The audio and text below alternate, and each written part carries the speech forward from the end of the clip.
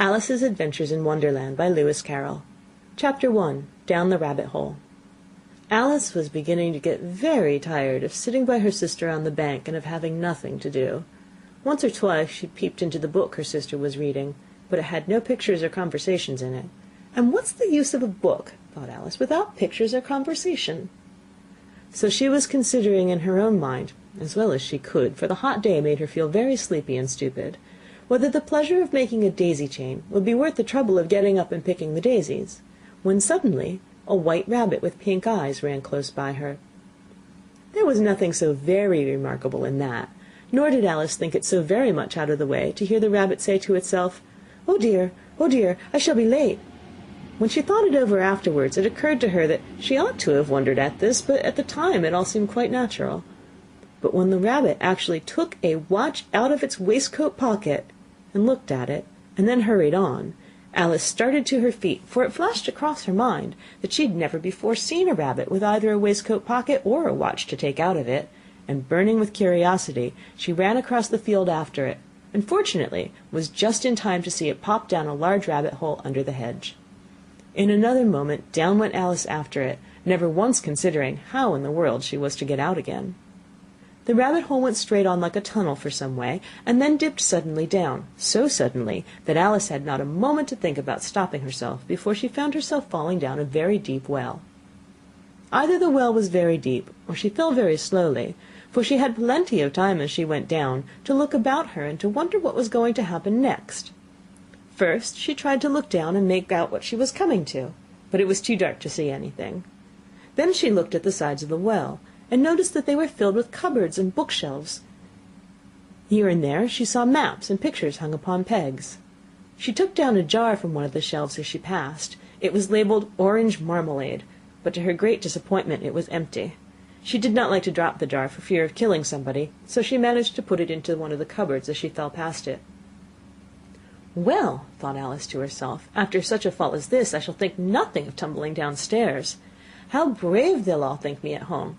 Why, I wouldn't say anything about it even if I fell off the top of a house, which was very likely true. Down, down, down. Would the fall never come to an end? I wonder how many miles I've fallen by this time, she said aloud. I must be getting somewhere near the center of the earth. Let me see, that would be 4,000 miles down, I think. For you see, Alice had learnt several things of this sort in her lessons in the schoolroom, and though this was not a very good opportunity for showing off her knowledge, as there was no one to listen to her, still it was good practice to say it over. Yes, that's about the right distance. But then I wonder what latitude or longitude I've got to.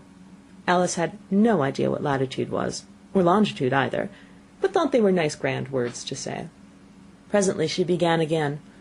I wonder if I shall fall right through the earth. How funny it'll seem to come out among the people that walk with their heads downward. The antipathies, I think. She was rather glad there was no one listening this time, as it didn't sound at all the right word. But I shall have to ask them what the name of the country is, you know. Please, ma'am, is this New Zealand or Australia? And she tried to curtsy as she spoke. Fancy curtsying as you're falling through the air. Do you think you could manage it? And what an ignorant little girl she'll think me for asking. No, it'll never do to ask. Perhaps I shall see it written up somewhere. Down, down, down. There was nothing else to do, so Alice soon began talking again.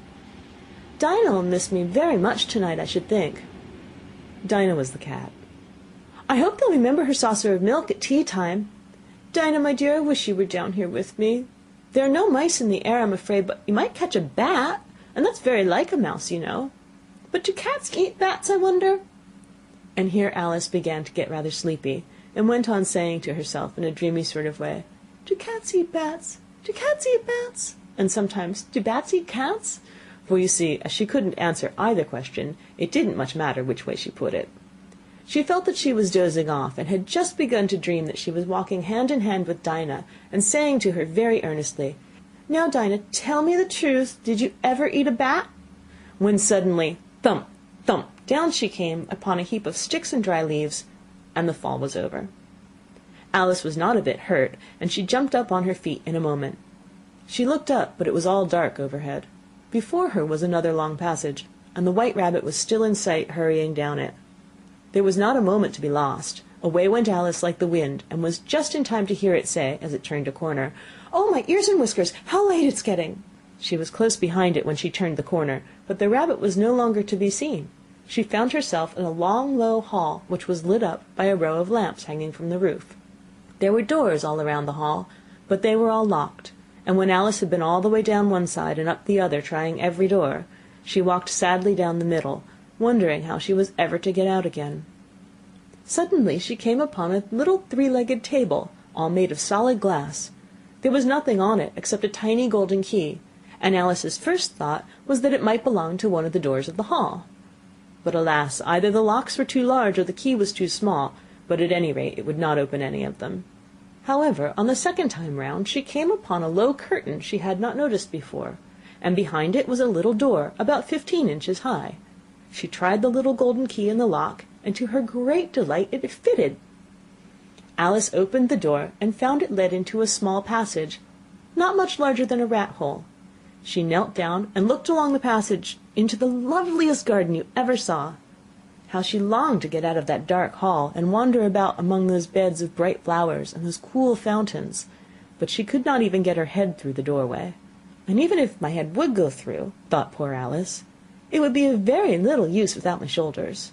Oh, how I wish I could shut up like a telescope! I think I could, if I only know how to begin. For you see, so many out-of-the-way things had happened lately that Alice had begun to think that very few things indeed were really impossible.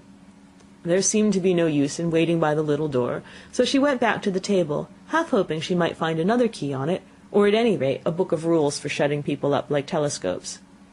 This time she found a little bottle on it, which certainly was not here before, said Alice, and round the neck of the bottle was a paper label with the words "Drink me" beautifully printed on it in large letters. It was all very well to say "drink me," but the wise little Alice was not going to do that in a hurry. "No, I'll look first," she said, "and see whether it's marked poison or not," for she had read several nice little histories about children who'd gotten burnt and eaten up by wild beasts and other unpleasant things, all because they would not remember the simple rules their friends had taught them, such as that a red-hot poker will burn you if you hold it too long, and that if you cut your finger very deeply with a knife it usually bleeds. And she had never forgotten that if you drink much from a bottle marked poison, it's almost certain to disagree with you sooner or later. However, this bottle was not marked poison, so Alice ventured to taste it, and finding it very nice, it had, in fact, a sort of mixed flavour of cherry tart, custard, pineapple, roast turkey, toffee, and hot buttered toast. She very soon finished it off. "What a curious feeling," said Alice. "I must be shutting up like a telescope." And so it was indeed. She was now only 10 inches high, and her face brightened up at the thought that she was now the right size for going through the little door into that lovely garden. First, however, she waited for a few minutes, to see if she was going to shrink any further. She felt a little nervous about this, "for it might end, you know," said Alice to herself, "in my going out altogether like a candle. I wonder what I should be like then." And she tried to fancy what the flame of a candle is like after the candle is blown out, for she could not remember having ever seen such a thing.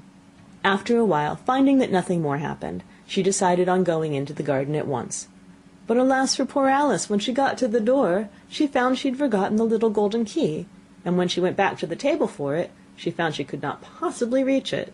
She could see it quite plainly through the glass, and she tried her best to climb up one of the legs of the table, but it was too slippery, and when she had tired herself out with trying, the poor little thing sat down and cried.